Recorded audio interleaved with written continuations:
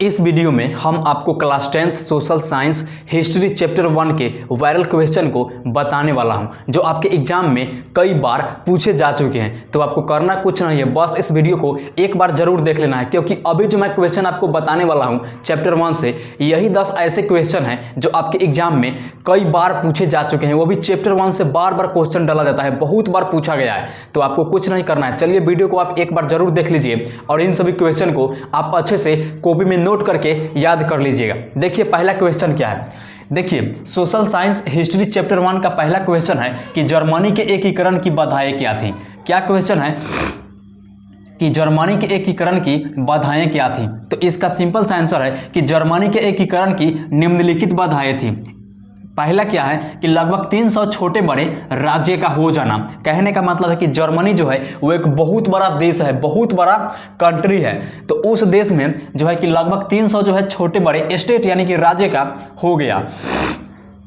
Second क्या है, सभी राज्यों में व्याप्त राजनीतिक सामाजिक आर्थिक विषमताएं। कहने का मतलब है कि इन सभी 300 छोटे बड़े राज्य जो हुए उन सभी राज्यों में राजनीतिक सामाजिक और आर्थिक जो है विषमता यानी कि टूट गया, इधर उधर बिखर गया। थर्ड क्या है कि राष्ट्रवाद की भावना का भाव। राष्ट्रवाद की भावना का भाव कहने का मतलब है कि उस देश में जो है भावना, प्रेम, उत्सुक, उत्साह क्या है कि बिखर गया, अलग अलग हो गया। सेकंड क्वेश्चन क्या है कि राष्ट्रवाद क्या है। क्या राष्ट्रवाद क्या है। तो इसका सिंपल सा आंसर है, एकदम इजी आंसर है। देखिएगा कि राष्ट्रवाद किसी विशेष भौगोलिक, सांस्कृतिक या सामाजिक परिवेश में रहने वाले लोगों के बीच, क्या राष्ट्रवाद किसी विशेष भौगोलिक, सांस्कृतिक या सामाजिक परिवेश में रहने वाले लोगों के बीच व्याप्त एक भावना होती है जो उनमें परस्पर प्रेम और एकता को स्थापित करती है, और इसे ही राष्ट्रवाद कहा जाता है। कितना सिंपल सा आंसर है, कितना इजी है। थर्ड क्वेश्चन क्या है ये देख लीजिए, चैप्टर 1 से है कि मेटरनिक युग क्या है। तो इसका सिंपल सा आंसर है कि ऑस्ट्रिया के चांसलर के रूप में, ऑस्ट्रिया के चांसलर के रूप में मेटरनिक युग क्या है। तो मेटरनिक एक व्यक्ति था, तो उसी के बारे में हमको पढ़ना है कि मेटरनिक युग क्या है। तो ऑस्ट्रिया के चांसलर के रूप में मेटरनिक ने 1815 ईस्वी से 1848 ईस्वी तक यानी कि 33 साल जो है वो शासन किया।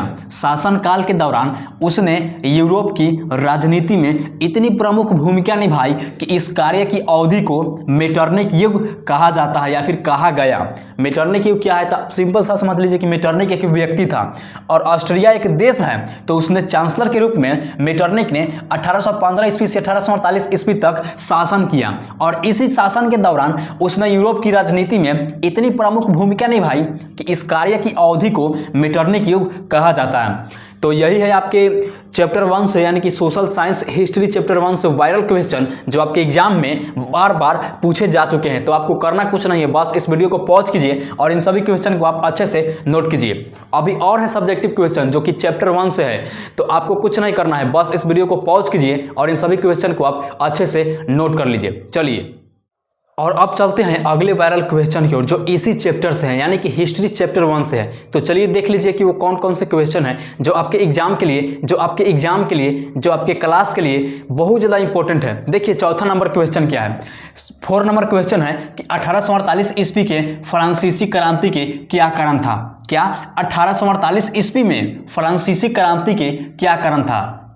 तो इसका सिंपल सा आंसर है, फ्रांस में 1 जुलाई 1830 ईस्वी के क्रांति के बाद आर्लियंस वंश के लुई फिलिप ने, कहने का मतलब है कि फ्रांस में 1 जुलाई 1830 ईस्वी में क्रांति के बाद आर्लियंस वंश के नाम जो है वो एक राजा था ने लुई फिलिप नाम के आर्लियंस यानी कि देश है कि लुई फिलिप नाम के राजा ने उत्तरवादियों, पत्रकारों तथा पेरिस की जनता के समर्थन से सत्ता प्राप्त की। राजा बनने के बाद लुई फिलिप ने मताधिकार को मध्यम वर्ग तक तो पहुंचा दिया, लेकिन साधारण जनता को यानी कि एकदम सामान्य जनता को कोई लाभ नहीं मिला।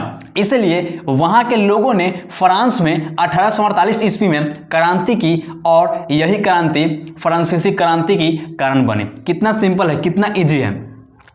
5वां नंबर क्वेश्चन क्या है कि देख लीजिए कि मेजनी कौन था। क्या 5 नंबर क्वेश्चन क्या है कि मेजनी कौन था। तो इसका सिंपल सा आंसर है, 2 लाइन में आंसर है। देखिएगा कि मेजनी इटली में, क्या मेजनी इटली में राष्ट्रवादियों के गुप्त दल कार्बोनरी क्या सदस्य था। वह सेनापति होने के साथ साथ गणतांत्रिक विचारों का समर्थक साहित्यकार भी था। 6 नंबर क्वेश्चन क्या है कि यूरोपीय इतिहास में घेंटों का क्या महत्व है। यूरोपीय इतिहास में घेंटों का क्या महत्व है। तो इसका सिंपल सा आंसर है यह शब्द मध्य यूरोपीय देशों में क्या, यह शब्द मध्य यूरोपीय देशों में यहूदी बस्ती के लिए यानी कि यहूदी गांवों के लिए बस्ती के लिए प्रयोग किया जाता था।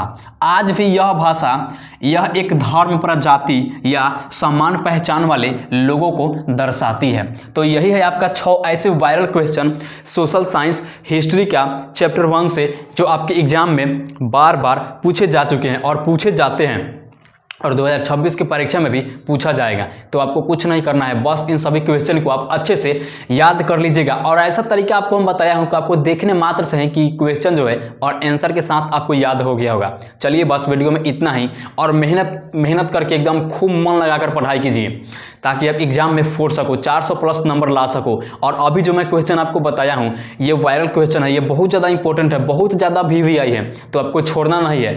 चलिए बस वीडियो में इतना ही, हम फिर मिलेंगे अगले चैप्टर के ऊपर, अगले वायरल क्वेश्चन के ऊपर जो आपके एग्जाम में बार बार पूछे गए हैं और पूछे जाते हैं और पूछे जाएंगे भी। चलिए बस वीडियो में इतना ही, तब तक के लिए जय हिंद, वंदे मातरम, ख्याल रखिएगा।